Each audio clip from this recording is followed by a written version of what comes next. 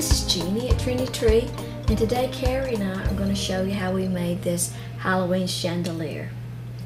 Our supplies included a 24-inch copper work wreath, 3 rolls of deco paper mesh in the 10-inch width, some wire edge ribbon, some Raz battery-powered LED lights, and a Raz animated musical. Let's get started. The first thing we did was take the copper work wreath and turn it over to its back. Carrie took some chenille stems, just bright blue, any color, but she put these, we divided the wreath up into thirds, and she put a chenille stem at each third marker so we would know where to tie our ribbons to hang our chandelier wagon wheel style. When we finished up, it would be easier to find our place by using these chenille stems after the ruffles had been put on.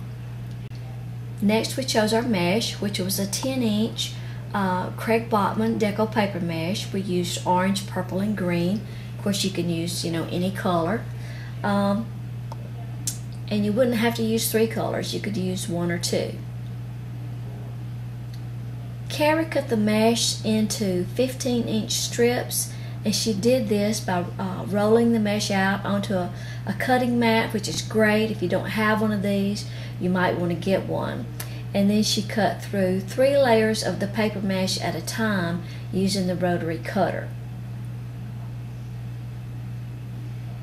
The work wreath has 18 twists, and we wanted to use 2 layers of ruffles. So we would need 36 ruffles, and since we had 3 colors of mesh, she cut 12 strips, which gave us 36 ruffles. There's actually enough mesh left over to be able to create another one of the chandeliers if you wanted to. To make the ruffle, you lay the paper mesh down flat and just scrunch up through the center of it, just pinching it together and then holding it pinched in your hand. And that makes your first ruffle. And you take your work wreath, open up one of the twists, and like we worked from the back side of the work wreath on this first round, and started on the outside layer. You just put the ruffle in and secure the twist a couple of turns. A couple of turns is enough to hold it good, because we're going to come back and put in another layer. We continued to make the ruffles, just alternating in color, and worked all the way around the outer ring. Once we had completed 1 layer of ruffles around the outer ring, we went back and put a 2nd layer. Just open the twist and lay your 2nd ruffle down right on top of the other, and then secure it back. To do the inner ring, we flipped the wreath over and just straightened up the pencil twist, or the twist, this is not a pencil wreath, and did the ruffles in the same manner, just alternating the colors. Went all the way around it with 1 layer of ruffles, and then went back with a 2nd layer of ruffles.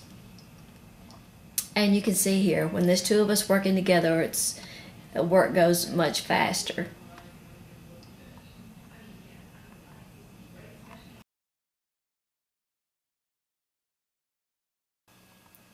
In this image, you can see now that we've completed 2 layers of ruffles on the inner and the outer ring. And then we turned it upside down, just like it was going to be hanging, chandelier style or wagon wheel style, and we fashioned some actually used some zip ties just to use as a temporary hanger till we finished the wreath. I didn't want to put the ribbon on at this point, but you could, it wouldn't really matter.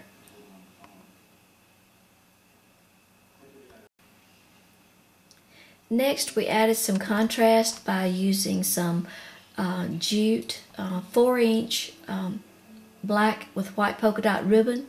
Carrie cut the strips 13 inches in length. This is a great ribbon. It's got great texture and it's nice and stiff, so it's wire edge, so it's really good for a project like this. She also chevroned the ends of the ribbon, or fishtail, you might call it. And you do that by just folding the ribbon lengthwise in half and then cutting at an angle from the folded side, and that gives you that nice fishtail look, which is just a good finish, for your ribbons. You just pinch the ribbon strip in the center, open up your twist. You want to open it all the way down to the ruffle and lay your ribbon face up, and then secure your twist now with 3 or 4 turns, because this is your last layer and you're finished. Next, we took some lengths of ribbon to make our hanger. We put this, attached it where our markers had been, and tied a bow at the top, and then we also used a zip tie to make a hanger to hang it by. We took the Raz battery powered LED lights, and they're just light as a feather, and put the battery pack, just tucked it to the inside where you can't see it. So essentially the chandelier is finished at this point, and it looks great just like it is. It's all set to go. But if you have small children in the house, we have grandkids, we wanted to use this little Raz Halloween animated musical for just a little extra touch. And this one is the little witch, and the way we secured it was we took a wooden dowel about 1/4 of an inch in diameter and put it across the center of the wreath through the work frame, and then just suspended the little animated creature from that. They have to have plenty of room. They're quite active, and you'll see this in a minute, but they have to have room to turn. So you might want to turn your speakers down just a little bit. Here we go.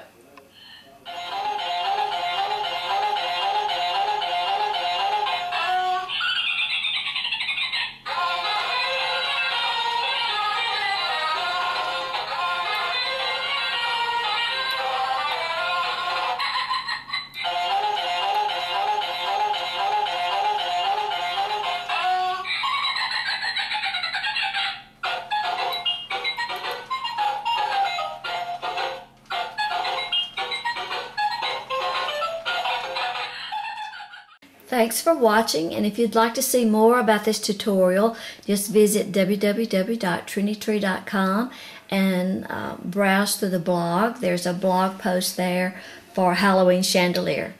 Bye now.